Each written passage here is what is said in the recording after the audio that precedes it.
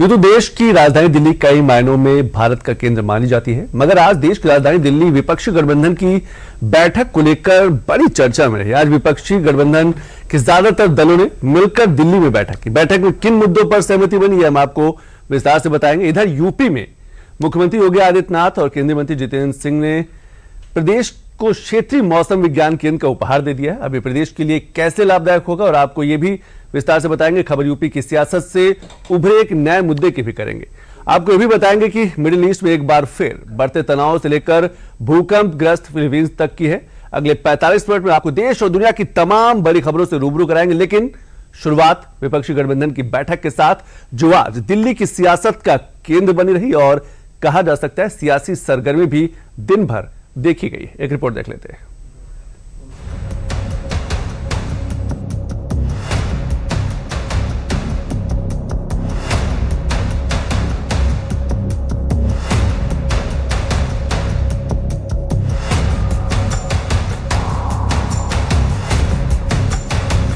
सियासत में अतीत उस घाव की तरह होता है जो पहली बारिश में ही हरा हो जाता है।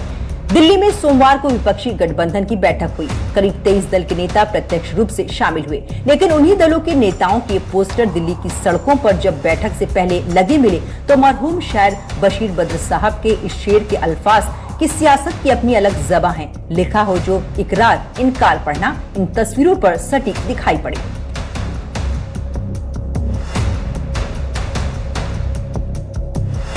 लोकसभा चुनाव के करीब 2 साल बाद विपक्षी गठबंधन के नेताओं का इतना बड़ा जुटान हुआ। राहुल गांधी, अखिलेश यादव, तेजस्वी यादव, ममता बनर्जी समेत तमाम राज्यों के नेता शामिल हुए। एकता का मैसेज दिया गया, लेकिन विपक्षी गठबंधन का अतीत रहा है कि दिल मिले न मिले दल मिलने चाहिए, विचार मिले न मिले सियासत की रोटी सिकती रहनी चाहिए। यही सोमवार को भी दिखाई दिया। कहने को तो इसमें 25 पार्टियां शामिल बताई गयी। इंडिया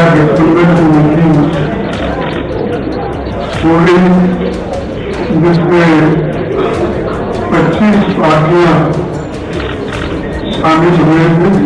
लेकिन इसी बैठक में विपक्षी गठबंधन के 2 बड़े दलों ने खुद को अलग कर लिया। पहली आम आदमी पार्टी और दूसरी डीएमके। अब इन दोनों ही दलों के अलग होने के बाद विपक्षी हुई बैठक गठबंधन को भले ही मजबूती देने का दावा करे, लेकिन हकीकत यह है कि सदन में अब विपक्ष और कमजोर हो गया है। पहले बात लोकसभा की करते हैं। डीएमके के वर्तमान में 22 सांसद हैं, आप के वर्तमान में 3 सांसद हैं। पहले विपक्षी गठबंधन के सांसदों की संख्या 234 मानी जाती थी। अब इनके अलग होने से लोकसभा में विपक्षी गठबंधन के सांसद 209 ही बचेंगे। अब राज्यसभा का गणित समझते हैं। डीएमके के 10 राज्यसभा सांसद हैं। आपके दल बदल के बाद उनके 3 ही राज्यसभा सांसद बचे हैं। पहले विपक्षी गठबंधन की ताकत लगभग 111 सांसद मानी जाती थी। अब इनके अलग होने से विपक्षी गठबंधन के लगभग 98 सांसद ही बचेंगे। विपक्षी गठबंधन के दलों के मन का न मिलना पुराना दर्द रहा है।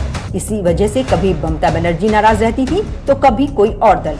अब इस बार बंगाल चुनाव हारने के बाद ममता बनर्जी तो शामिल हुई, लेकिन डीएमके और आप का अलग होना फिर से कांग्रेस पर ही सवाल उठा रहा है।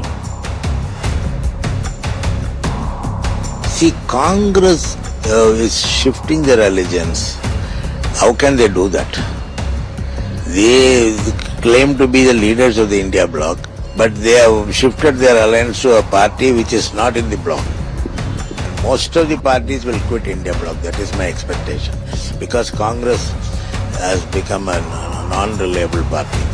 अब जो सोमवार को करीब 2 साल बाद विपक्ष की बैठक हुई, उसके पीछे का मकसद जो बचे दल हैं उनकी एकजुटता को नई धार देने की कोशिश के तौर पर देखा जा रहा है, क्योंकि जेडीयू पहले ही अलग हो चुकी है और अब डीएमके और आप को जोड़ लें तो अभी तक 3 दल मुख्य दल गठबंधन से नाता तोड़ चुके हैं।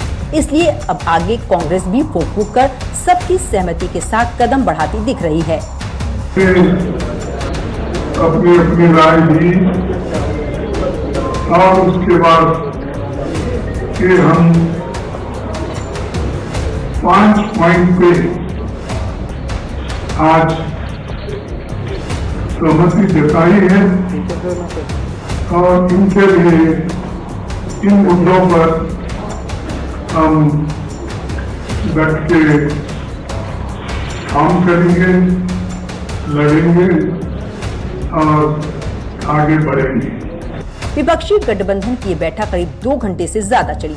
लंबे मंथन के बाद जिन 5 मुद्दों पर सहमति बनी है वो भी आपको बताते हैं। SIR और चुनाव की निष्पक्षता को लेकर CGI को लेटर लिखेंगे। नीट पेपर लीक और CBSE मामले में शिक्षा मंत्री के इस्तीफे की मांग। महंगाई, बेरोजगारी और अर्थव्यवस्था के मुद्दे उठाएंगे। अगली बैठक हैदराबाद में 8 अगस्त को होगी। संसद के मानसून सत्र में रोज सुबह विपक्ष की बैठक होगी। SIR का मुद्दा इस बैठक में एक बार फिर से जब विपक्ष ने उठाया तो बीजेपी को बैठे बिठाए नया मुद्दा मिल गया। बीजेपी ने प्रेस कॉन्फ्रेंस करते हुए इस पर पलटवार तो किया, साथ ही विपक्षी दलों के अंदर खाने में चल रहे सियासी रस्साकसी पर भी चुटकी ले डाली। उन्होंने कहा कि SIR हुआ, वोट चोरी हुई। मुझे तो समझ में नहीं आता है, ये एक ही टेप रिकॉर्डर ये कब से चला रहे हैं। मगर SIR तो तमिलनाडु में भी हुआ, SIR तो केरल में भी हुआ। तमिलनाडु में आप झटपट से वहां आप चले गए, जाके दूसरे पार्टी के साथ आपने गठबंधन कर ली और सरकार बना ली। और DMK वहां बोल रही है यहाँ तो वोट चोरी नहीं, यहाँ तो एलआई ही चोरी हो गई, वहां तो एलआई चोरी हो गई। केरल में आपने सरकार बना लिया तो SIR को कोस नहीं रहे। बंगाल में हार गए तो SIR का रोना रो रहे। तो ये जो हाइट ऑफ हिपोक्रेसी है, ये सब हम और हिंदुस्तान देख रहा है। अगर सही मायने में कुछ चोरी हुआ है तो जो इंडी गठबंधन, मुझे तो पता नहीं आज इंडी गठबंधन में कितने कंपोनेंट्स हैं, इनके कंपोनेंट्स वेरी होते रहते हैं। सही मायने में इंडी गठबंधन वालों का वजूद चोरी हुआ है। आज जमीन पे इनमें से किसी पॉलिटिकल पार्टी का कोई वजूद नहीं। इनकी ईमान चोरी हुई है और इनकी ईमान चोरी के कारण जनता ने इन्हें वोट नहीं दिया है। आप सोच के देखिए, मैं तो मीडिया देख के घर से ही आ रहा हूं। हर टीवी चैनल में टीएमसी के अंदर का जो द्वंद्व है, टीएमसी के अंदर की जो लड़ाई है, उसको दर्शाया जा रहा है। पहले तो मुझे लगता है इन लोगों को आपस में बैठक करनी चाहिए, टीएमसी वालों को आपस में बैठक करनी चाहिए। और वहां अशोक गहलोत जी तो पता नहीं खड़गे जी को क्या क्या सुना रहे हैं। इनकी क्लोज डोर बैठक हुई कि नहीं अशोक गहलोत जी के साथ? अशोक गहलोत जी को जो मन में आ रहा है वो सुना रहे हैं कांग्रेस के तथाकथित हाई कमान को। और उसके बाद ये इंडी गठबंधन का जो ड्रामा चल रहा है बैठक का, इससे क्या हासिल होगा? मैं सुन रहा था कि आज खड़गे साहब ने कहा कि हर 2 महीना में हमारा बैठक होगा, हर तीसरे महीने एक चुनाव हारेंगे और हर दूसरे महीने में एक इनका गठबंधन एक बैठक होगी। विपक्षी गठबंधन में शामिल दलों के दिल न मिलना ये सबसे बड़ी चुभन है और बीजेपी इसी पर सियासी चोट कर विपक्ष को दर्द देने की भी कोई कोशिश नहीं छोड़ती। इस बार भी ऐसा ही हो रहा है। उधर संबित पात्रा ने प्रेस कॉन्फ्रेंस कर निशाना साधा तो उधर महाराष्ट्र के डिप्टी सीएम एकनाथ शिंदे ने भी दुखती नस दबाने में कोई कसर नहीं छोड़ी।